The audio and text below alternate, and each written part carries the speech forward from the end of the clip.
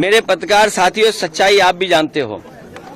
Bharatiya Janata party साजिश, चुनाव से पहले भारतीय जनता पार्टी षड्यंत्र करना चाहती है चुनाव से पहले, और उनका लक्ष्य पहले दिन से रहा है कि समाजवादियों को कैसे बदनाम किया जाए, और खास कर से के मुसलमानों को लेकर के उनकी जो सोच है वो अनडेमोक्रेटिक है, अनकॉन्स्टिट्यूशनल है।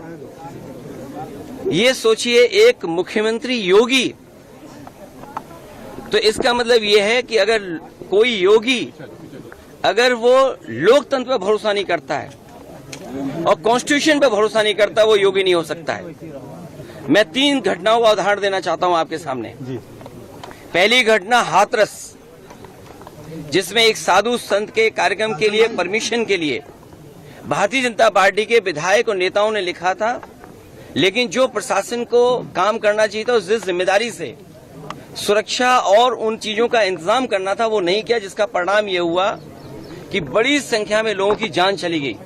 न केवल जान गई है, उनका नुकसान हुआ बड़े पैमाने पर। बहुत से लोगों का हाथ पैर या जो भी नुकसान हुआ, उसका कोई मदद सरकार ने नहीं की।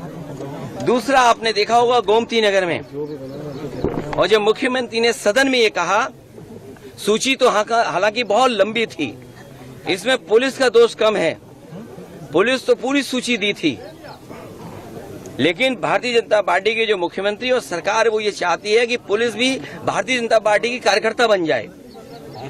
ये जो नए तरह का काम हो रहा है कि पुलिस को भी ये भारतीय जनता पार्टी का कार्यकर्ता बना रहे हैं। जब पुलिस ने सूची दी सब नामों की, तो आखिरकार मुख्यमंत्री जी ने केवल यादव और मुस्लिम का नाम क्यों पढ़ा? और सच्चाई पुलिस भी जानती है कि जिसमें कि यादव का जिसका नाम लिया है, सुनने में आ रहा है कि वो फुटिंग में नहीं था, जो कैमरे की जो तस्वीर है उसमें नहीं है, वो कैमरे में नहीं था, क्योंकि वो चाय पीने गया था और पुलिस को यादव मिल गया, इसलिए उसको जेल भेज दिया। मैं आपके सामने कहना चाहता हूँ, ऐसे लोग जो कानून का उल्लंघन कर रहे हैं और भारतीय जनता पार्टी का कार्यकर्ता बनकर के काम कर रहे हैं, जब कभी भी सरकार आएगी, ऐसे अधिकारियों के खिलाफ भी कार्रवाई होगी। और तीसरा उदाहरण, अभी रुक जाइए, तीसरा उदाहरण अयोध्या का, जिसमें कोई पॉलिटिकल पार्टी, अगर समाजवादी पार्टी ये बात कहती है कि डीएनए टेस्ट होना चाहिए, कैसे मुख्यमंत्री हैं ये, इन्हें कौन राय दे रहा है? ये कानून किसका संशोधित है?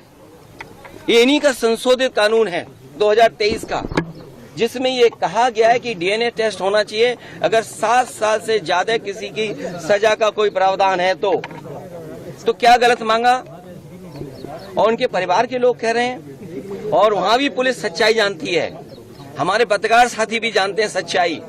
वहां की पुलिस जब बीजेपी के इशारे पर और वो सच्चाई से अगर काम करना चाहते तो उन्होंने क्या किया? उन अधिकारियों के खिलाफ कार्रवाई कर दी।